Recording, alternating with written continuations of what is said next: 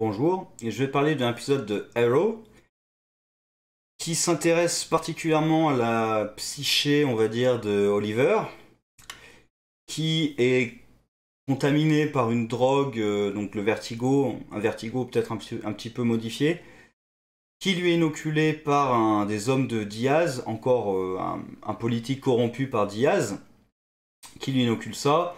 Et apparemment, le plan de Diaz, c'est de rendre Oliver fou pour qu'il l'attaque pour pouvoir le tuer, si j'ai bien compris son plan. Mais en même temps, il veut pas le tuer, donc je comprends pas trop le plan de Diaz de droguer Oliver. Je vois pas ce qu'il y gagne. C'est quoi? C'est pour lui faire perdre pied, pour qu'il réussisse pas pour qu'il se fasse virer de son poste de maire, qu'il réussisse pas à conserver son poste. J'ai l'impression que le but c'est vraiment de le pousser à attaquer, mais en même temps il dit qu'il veut pas le tuer parce que si on le tue, ça en fait un martyr, donc il faut le briser avant de le tuer. Qu'est-ce que c'est que ce délire? Alors, je parlais de Diaz en méchant. Diaz en méchant, ça ne marche pas. Parce que, justement, le type qui inocule le vertigo à Oliver, il le dit. Alors, il le dit pour balancer un peu les arguments d'Oliver en disant non, mais personne va vous croire que tout le monde est corrompu par un trafiquant de drogue de seconde zone. Le problème, c'est que, oui, Diaz, c'est un trafiquant de drogue de seconde zone. C'est même comme ça qu'il a été présenté dans la série. La première fois où on l'a vu, c'était juste un trafiquant de drogue. Ensuite, on s'est rendu compte qu'il bossait avec Aiden James, et là, d'un coup, on se rend compte que c'est le mastermind qui dirigeait tout depuis le début, et qui est tellement un grand ponte de la drogue qui veut à tout prix contrôler Star City. Faudra qu'on m'explique pourquoi un grand ponte de la drogue, il veut contrôler Star City. Un grand ponte de la drogue, il est dans tout le pays, il n'est pas juste limité à une petite ville. Voire dans tout le pays, voire carrément sur toute la planète. Un grand ponte de la drogue qui est capable de corrompre toute une ville, pourquoi il se contente d'une ville, justement? C'est complètement débile. Et pourquoi est-ce qu'il veut détruire Oliver? Pourquoi est-ce qu'il veut... Ah, je vais pas le tuer, sinon ça en fait un martyr, je vais le détruire. Qu'est-ce que c'est que c'est? Enfin voilà, c'est Ricardo Diaz en méchant, je ne peux pas y croire. Un truc tout con, mais c'est un trafiquant de drogue qui arrive dans une ville, il réussit à corrompre tout le monde en quelques mois à peine. C'est je peux accepter une ville, Star City au début, ou Gotham City, ou des trucs comme ça, des villes qui sont foncièrement corrompues, mais au plus profond d'elles, au début, dès le début, dès leurs origines. Quand le héros arrive, elles sont déjà corrompues. Par contre, qu'un mec qui sort de nulle part, qui en quelques mois à peine, alors que ça fait plusieurs années qu'Oliver est là, qu'il est maire de la ville, donc quand même, il s'est occupé de balayer un peu la corruption, il arrive, en quelques mois, hop, il réussit à corrompre tout le monde. Au point que ça en devient débile parce qu'il corrompt carrément toute la police. Dans cet épisode, on a l'impression que tous les flics lui obéissent. Puisque quand Gennaro attaque le commissariat, les flics disent il faut protéger Diaz. Donc ils sont au courant qu'il est là. Donc on a l'impression qu'ils sont tous corrompus, tous les flics, pratiquement aussi toute la magistrature de la ville. Le conseil municipal, on a l'impression qu'aussi ils sont tous corrompus.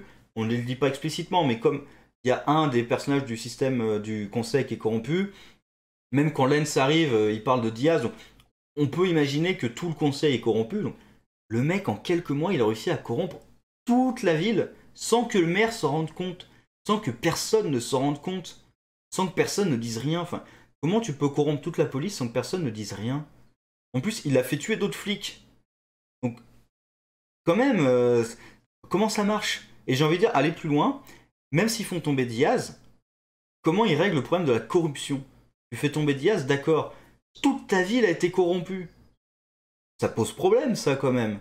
Il faut régler le problème. Et comment tu fais? Quand toute ta police est corrompue, toute ta police est vérolée, ça pose un souci, quand même.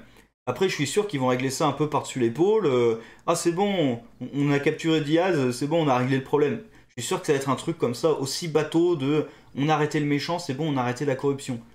C'est pas aussi simple que ça, mais bon. Enfin, bref, Diaz en méchant, j'y crois pas vraiment une seconde.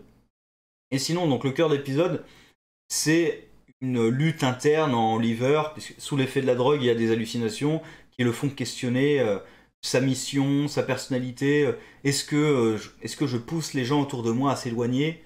Parce qu'il y a eu l'équipe B, il y a eu Deagle. Là, il joue un peu avec Felicity en créant du drama débile. Alors, le drama débile est un peu excusé dans cet épisode, puisque c'est la drogue qui pousse Oliver à agir comme un con. Mais en même temps, on se dit, bah, Felicity aussi, elle agit comme une conne, mais en même temps, Felicity, apparemment, c'est une hallucination. La Felicity, quand il est avec le gamin, non, mais parce qu'il dit, elle dit à Lens que non, elle lui a jamais demandé de partir ou quoi que ce soit, donc de rompre. Donc ça, c'est Oliver qui doit se l'imaginer, donc ça doit être une hallucination. Mais quand même, il y a quand même un peu du drama débile. Parce que le scénario a envie qu'Oliver se comporte comme ça, et que les personnages autour de lui se comportent comme ça. Parce que Deagle, il sait toujours pas pourquoi il est parti, Deagle. Donc voilà, ils font du drama débile. On en supporte un peu plus ici. C'est en partie excusé parce que oui, c'est de la drogue. Mais en même temps, Oliver lui-même qui se questionne de est-ce que je pousse les gens à s'éloigner de moi ou pas? Mais non, c'est juste qu'ils sont cons. Parce que le scénario leur demande d'être cons d'ailleurs. Alors ça fait du bien d'avoir Lens qui est vraiment de son côté. Ça, franchement, c'est un personnage très positif. En plus, il sait de quoi il parle. En plus, un ancien alcoolique qui a réussi à s'en sortir, qui a changé et tout. Donc Oliver lui-même qui est parfois agi aussi comme un connard, qui réussit à qui change vraiment de personnage, qui quand même qui fait des bons choix dans cette saison. Il y a très peu de choix qu'on peut lui reprocher. Honnêtement, il y a très peu de choix qu'on peut vraiment lui reprocher. Donc, le personnage est très bien. Alors après, ils vont jouer sur le côté, la quête du retour aux sources. Le retour à la source. Pourquoi est-ce que je me bats un peu aussi, je me suis peut-être entouré de trop de choses. Il faut peut-être que je me dépouille pour revenir à l'origine de mon combat. Ce qui est un truc qui est utilisé vraiment pour quasiment tous les personnages. De toute façon, à un moment ou à un autre, il y a toujours l'idée que t'as trop de gloire, tu t'es entouré de trop de trucs, t'as perdu de vue en fait ce qui t'importait vraiment. Donc le retour aux sources, c'est quelque chose qui est utilisé aussi par beaucoup de personnages. Ou par exemple l'idée que tu comptes trop sur tes gadgets, ce genre de choses. Donc j'attends de voir ce que ça donne, ça peut être très bien. Le personnage d'Oliver, ça peut être très bien pour lui.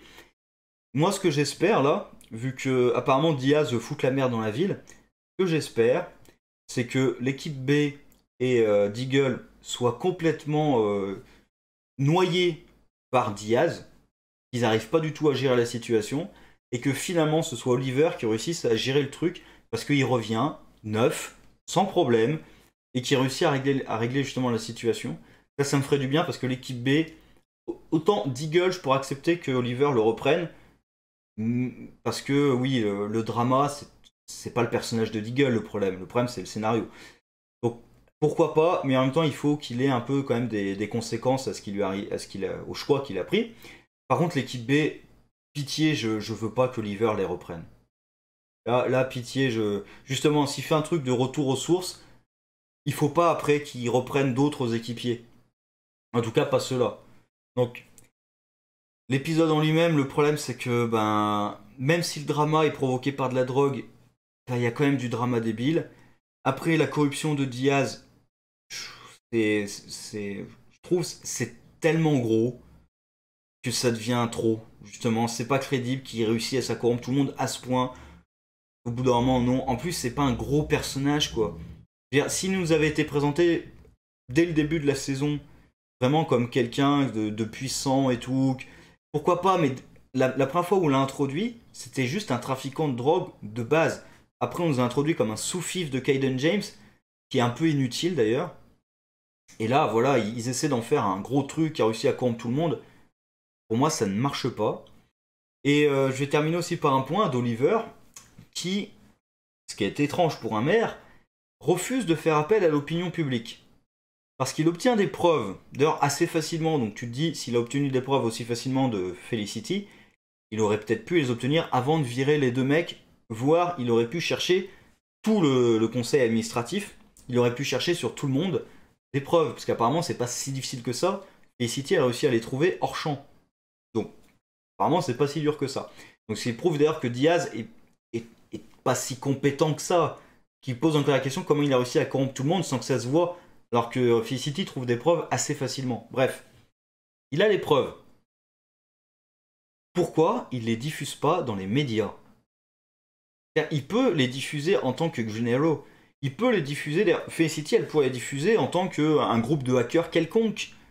Il pourrait diffuser ça aux médias, justement, sans avoir à exposer leurs sources. Parce il dit, si je vais devant le conseil municipal, ils vont me demander les sources, d'où est-ce que je tiens ces informations. Bah, déjà, tu peux dire, j'ai engagé des spécialistes en informatique qui ont retracé justement l'argent. Et j'imagine que c'est de l'argent.